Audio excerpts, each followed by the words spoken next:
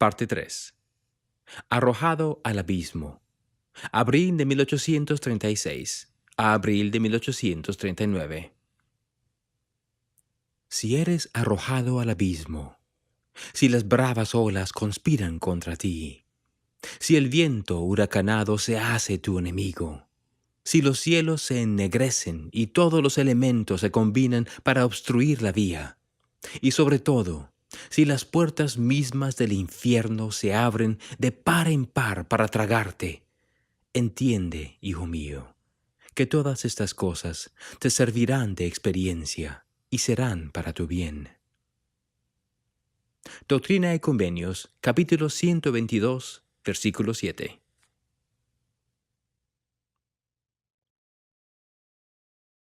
Capítulo 22. Pon a prueba al Señor. Después de la dedicación del templo, José se deleitaba en la esperanza y buena voluntad que moraban en Kirtland. Los santos fueron testigos de un derramamiento de dones espirituales durante la primavera de 1836. Muchos vieron huestes de ángeles, vestidos de un blanco radiante, de pie en el techo del templo, y algunas personas se preguntaban si el milenio había comenzado. José podía ver evidencia de las bendiciones del Señor en todas partes.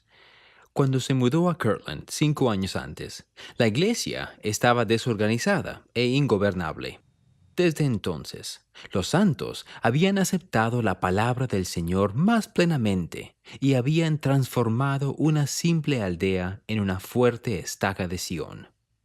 El templo era un testimonio de lo que podían lograr cuando seguían a Dios y trabajaban juntos. Aunque José se regocijaba del éxito en Kirtland, no podía olvidar a los santos en Missouri, que todavía se encontraban refugiados en pequeñas comunidades a las afueras del condado de Jackson, a lo largo del río Missouri. Él y sus consejeros confiaban en la promesa del Señor de redimir a Sión después de que los élderes recibieran la investidura de poder. Sin embargo, nadie sabía cómo y cuándo el Señor llevaría a cabo su promesa. Dirigiendo su atención hacia Sión, los líderes de la iglesia ayunaron y oraron para saber la voluntad del Señor. Entonces José recordó la revelación en la que el Señor había pedido a los santos comprar todas las tierras dentro y alrededor del condado de Jackson. Los santos ya habían comenzado a comprar algunas tierras en el condado de Clay, pero, como siempre, el problema era encontrar el dinero para realizar más compras. A inicios de abril, José se reunió con los miembros de la imprenta de la iglesia para analizar las finanzas de la iglesia. Los hombres creían que necesitaban contribuir todos sus recursos a la redención de Sión y recomendaban que José y Oliver se encargaran de campañas para la recaudación de fondos para comprar más tierras en Missouri. Desafortunadamente, la iglesia estaba endeudada con decenas de miles de dólares por la construcción del templo y por la compra previa de tierras. Además, el dinero aún era escaso en Kirtland, incluso con los misioneros recolectando donaciones. Gran parte de la riqueza de los santos era sus tierras, lo que significaba que pocas personas podían hacer donaciones monetarias. Y sin dinero en efectivo, había poco que la iglesia pudiera hacer para salir de la deuda o comprar más tierras en Sión. Una vez más, José tuvo que encontrar alguna manera de financiar la obra del Señor. A 322 kilómetros al norte, Parley Pratt se encontraba en las afueras de un pueblo llamado Hamilton, en el sur de Canadá. Se dirigía hacia Toronto, una de las ciudades más grandes de la provincia, para servir su primera misión después de haber recibido la investidura de poder. No tenía dinero ni amigos en el área, ni idea de cómo lograr lo que el Señor le había mandado hacer. Unas semanas antes, mientras los 12 y los 70 partían de Kirtland para predicar el Evangelio, Parley había planeado quedarse en casa con su familia. Tal como muchos santos en Kirtland, estaba inundado en deudas, habiendo comprado tierra en la región y construido una casa a crédito. Parley también estaba preocupado por su esposa, Thankful, quien estaba enferma y necesitaba de su cuidado. Aunque ansiaba predicar, hacer una misión parecía imposible. Pero Heber Kimball había ido a su casa a darle una bendición como su amigo y compañero en el apostolado. Siga adelante en el ministerio, sin dudar en nada, dijo Heber. No des pensamientos a tus deudas, ni a las necesidades de la vida, pues el Señor te proveerá con los medios suficientes para todas las cosas. Hablando por inspiración, Heber le dijo a Parley que fuera a Toronto, prometiéndole que encontraría personas listas para recibir la plenitud del Evangelio. Dijo que Parley establecería los cimientos para una misión a Inglaterra y encontraría alivio a sus deudas. Aún tendrás riquezas, plata y oro, profetizó Heber, hasta que aborrezcas contarlas. También habló de Thankful. Tu esposa será sanada desde este momento, prometió, y te dará a luz un hijo. La bendición fue maravillosa, pero sus promesas parecían imposibles. Parley había experimentado mucho éxito en el campo misional, pero Toronto era nuevo y desconocido para él. Nunca había ganado mucho dinero en su vida, y era poco probable que recibiera suficiente dinero en la misión para pagar sus deudas. Las promesas hechas a Thankful eran las más improbables de todas. Tenía casi 40 años y se hallaba frecuentemente enferma y débil. Después de 10 años de matrimonio, ella y Parley no habían tenido hijos. Pero con fe en las promesas del Señor, Parley se dirigió al noreste, viajando por carreta a través de caminos lodosos. Cuando llegó a las cataratas de Niágara y cruzó a Canadá, comenzó a viajar a pie hasta llegar a Hamilton. Pensar en casa y en la inmensidad de su misión enseguida lo abrumaron, y ansiaba saber cómo se suponía que debía ejercer fe en una bendición cuando sus promesas parecían estar tan fuera del alcance. Pon a prueba al Señor, le susurró repentinamente el Espíritu, y verás si hay algo difícil para él. Mientras tanto, en Missouri, Emily Partridge, de 12 años, se sintió aliviada al ver que la primavera volvía al condado de Clay. Con su padre en Kirtland para la dedicación del templo, ella y el resto de su familia compartían una cabaña de madera de un solo cuarto con la familia de Margaret y John Corral, el consejero de su padre en el obispado. La cabaña se había usado como un establo antes de que las dos familias se mudaran, pero su padre y el hermano Coral habían limpiado el estiércol que tapizaba el piso y lograron hacer de ella un lugar habitable. Había una gran chimenea y las familias pasaron el frío invierno acurrucados alrededor del calor que producía. Esa primavera, el padre de Emily regresó a Missouri para resumir sus deberes como obispo. Él y otros líderes de la iglesia habían recibido la investidura de poder en Kirtland y parecían tener esperanzas en cuanto al futuro de Sion. Conforme calentaba el clima, Emily se preparaba para regresar a la escuela. Poco tiempo después de que los santos llegaron al condado de Clay, establecieron una escuela en una cabaña cerca de un huerto de árboles frutales. A Emily le encantaba jugar con sus amigos en el huerto y comer la fruta que caía de las ramas de los árboles. Cuando Emily y sus amigos no estaban estudiando, hacían casas con las ramas y usaban enredaderas como cuerdas para saltar. La mayoría de los compañeros de clase de Emily pertenecían a la iglesia. Sin embargo, algunos eran hijos de los antiguos pobladores de la región.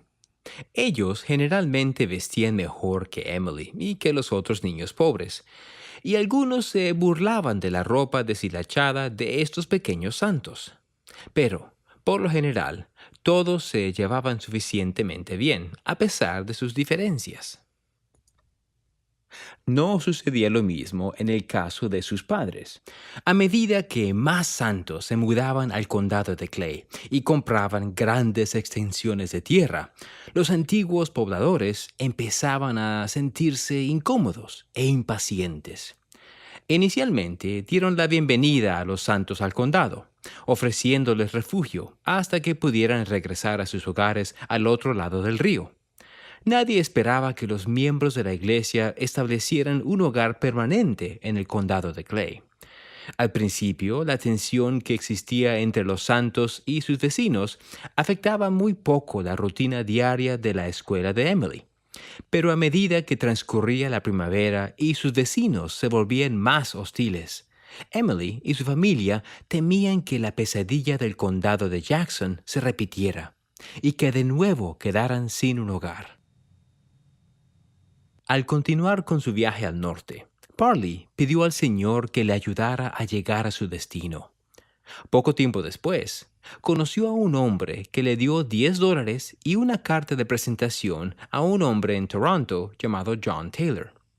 Parley utilizó el dinero para comprar un pasaje por barco de vapor a la ciudad y llegó al hogar de la familia Taylor poco después. John y Leonora Taylor eran una pareja joven de Inglaterra. Al conversar con ellos, Parley descubrió que pertenecían a un grupo de cristianos de la región que rechazaba cualquier doctrina que no pudiera ser respaldada por la Biblia. Recientemente habían estado orando y ayunando para que Dios les enviara un mensajero de su iglesia verdadera. Parley les habló del Evangelio restaurado, pero ellos mostraron poco interés. A la mañana siguiente, dejó su bolso en el hogar de la familia Taylor y se presentó con los ministros de la ciudad, con la esperanza de que ellos le permitieran predicar a sus congregaciones. Después, Parley se reunió con las autoridades de la ciudad para ver si le permitirían organizar una reunión en el juzgado o algún otro lugar público. Todos rechazaron su petición. Desalentado, Parley se apartó a un bosque cercano para orar, y después volvió al hogar de la familia Taylor para recoger su bolso. Mientras partía, John lo detuvo y le habló de su amor por la Biblia. Señor Pratt, le dijo, si tiene principios de cualquier tipo para presentar, desearía, si puede, que los respalde con ese registro. Eso es algo que creo poder hacer, dijo Parley. Le preguntó a John si él creía en profetas y apóstoles. Sí, respondió John, porque la Biblia me enseña tales cosas. Enseñamos sobre el bautismo en el nombre de Jesucristo para la remisión de pecados, dijo Parley, y en la imposición de manos para recibir el don del Espíritu Santo. ¿Y qué hay entonces de José Smith, del Libro de Mormón y de algunas de sus revelaciones modernas?, preguntó John. Parley testificó que José Smith era un hombre honesto y un profeta de Dios. En cuanto al Libro de Mormón, dijo, puedo testificar tan fervientemente a favor de ese libro como usted puede hacerlo sobre la autenticidad de la Biblia. Mientras hablaban, Parley y John escucharon a Leonora platicar con una vecina, Isabella Wanton, en otro cuarto. Aquí hay un hombre de los Estados Unidos que dice que el Señor lo envió a la ciudad para predicar el Evangelio, le dijo Leonora a Isabela. Me pesa hacerlo partir. Dile al extranjero que es bienvenido en mi casa, dijo Isabela. Tengo un cuarto y una cama extras, y suficiente comida. También tenía un lugar donde podía predicar a sus amigos y familiares esa noche. Siento por el Espíritu que es un hombre enviado del Señor con un mensaje que nos hará bien a todos, comentó. Después de su conversación con Parley, John Taylor comenzó a leer el Libro de Mormón y a comparar sus enseñanzas con la Biblia. Había estudiado doctrinas de otras iglesias anteriormente, pero encontró algo muy convincente en el Libro de Mormón y en los principios que Parley le enseñó. Todo era claro y consistente con la palabra de Dios. Pronto, John presentó a Parley con sus amigos. Aquí se encuentra un hombre que viene en respuesta a nuestras oraciones, anunció. Y él dice que el Señor ha establecido la iglesia verdadera. ¿Te convertirás en un mormón?, alguien le preguntó. No lo sé, respondió John. Voy a investigar y a orar para que me ayude el Señor. Si hay verdad en esto, lo aceptaré, y si hay error, no quiero tener nada que ver con ello. Poco tiempo después, él y Parley viajaron a un pueblo agrícola cercano donde vivían familiares de Isabella Walton. Joseph Fielding, amigo de John, también vivía ahí con sus hermanas Mercy y Mary. Ellos también eran de Inglaterra y tenían opiniones religiosas similares a las de los Taylor. Mientras John y Parley se dirigían al hogar de la familia Fielding, vieron a Mercy y Mary correr a la casa de unos vecinos. Su hermano salió y los recibió fríamente. Dijo que deseaba que no hubieran venido. Sus hermanas y muchas otras personas en el pueblo no querían escucharlos predicar. ¿Por qué se oponen al mormonismo?, preguntó Parley. No lo sé, respondió Joseph. El nombre suena despreciable.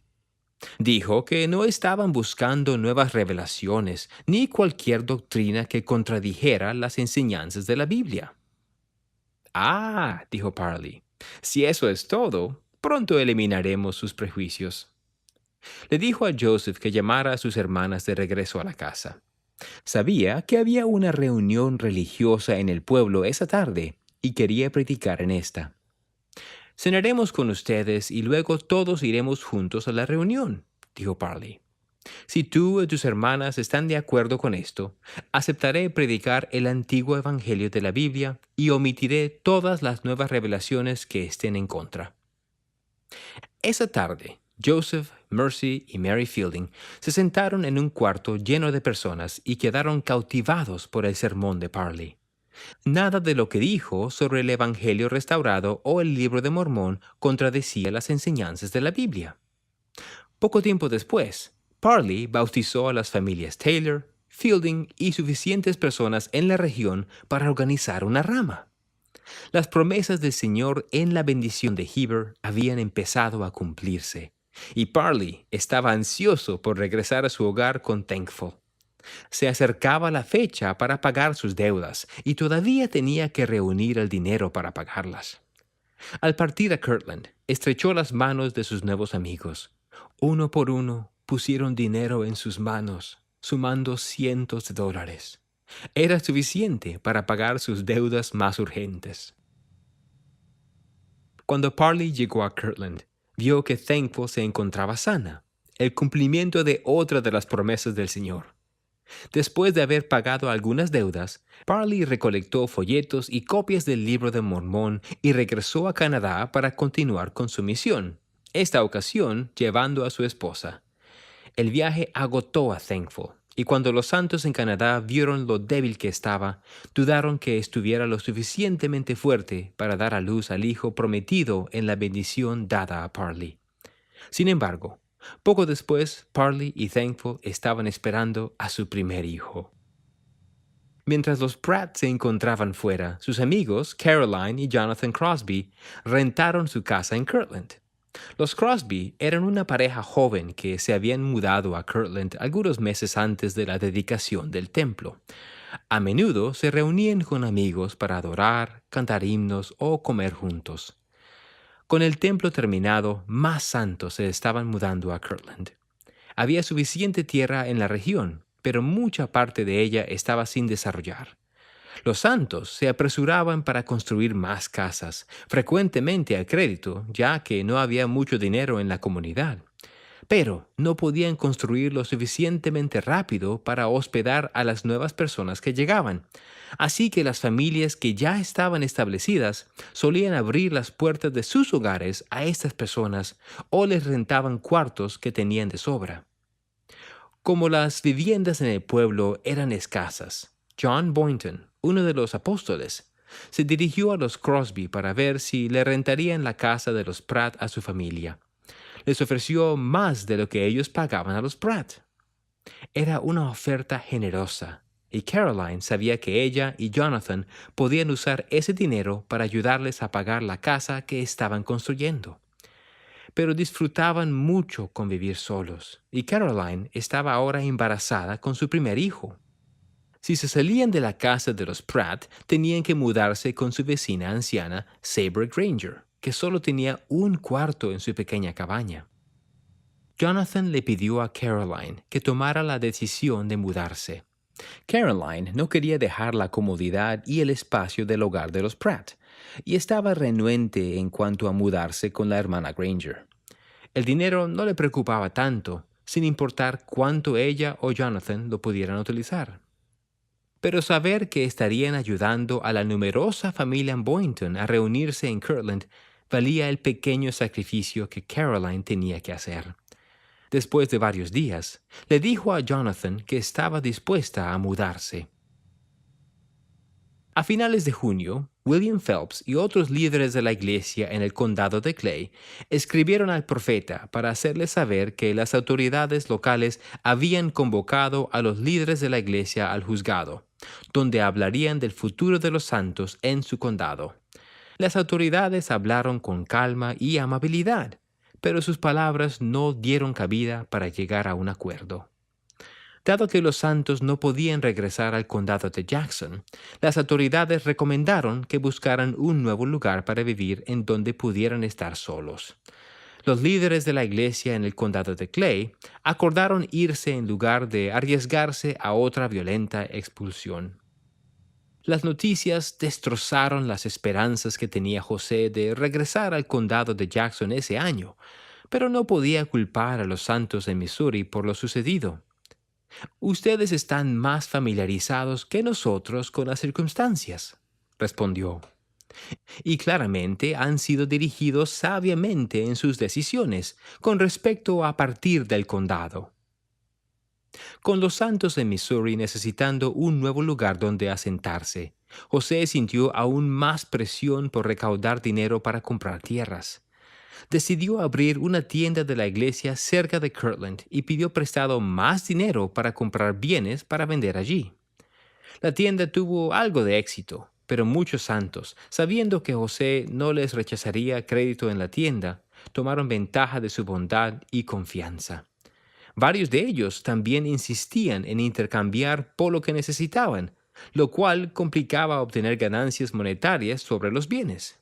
A finales de julio, ni la tienda ni cualquier otro intento de los líderes de la iglesia había ayudado a aliviar las deudas de la iglesia. Desesperado, José partió de Kirtland con Sidney, Hiram y Oliver hacia Salem, una ciudad en la costa este, después de escuchar de un miembro de la iglesia que creía saber dónde encontrar una provisión de dinero escondido. Cuando llegaron a la ciudad, no encontraron dinero proveniente de esa pista, y José se dirigió al Señor para obtener guía. Yo, el Señor vuestro Dios, no estoy disgustado con vuestro viaje hasta acá, no obstante vuestras imprudencias. Fue la respuesta. No os preocupéis por vuestras deudas, porque os daré el poder para pagarlas. No os inquietéis tocante a Sión, porque obraré misericordiosamente con ella. Los hombres regresaron a Kirtland alrededor de un mes después con la situación financiera de la iglesia preocupándoles todavía.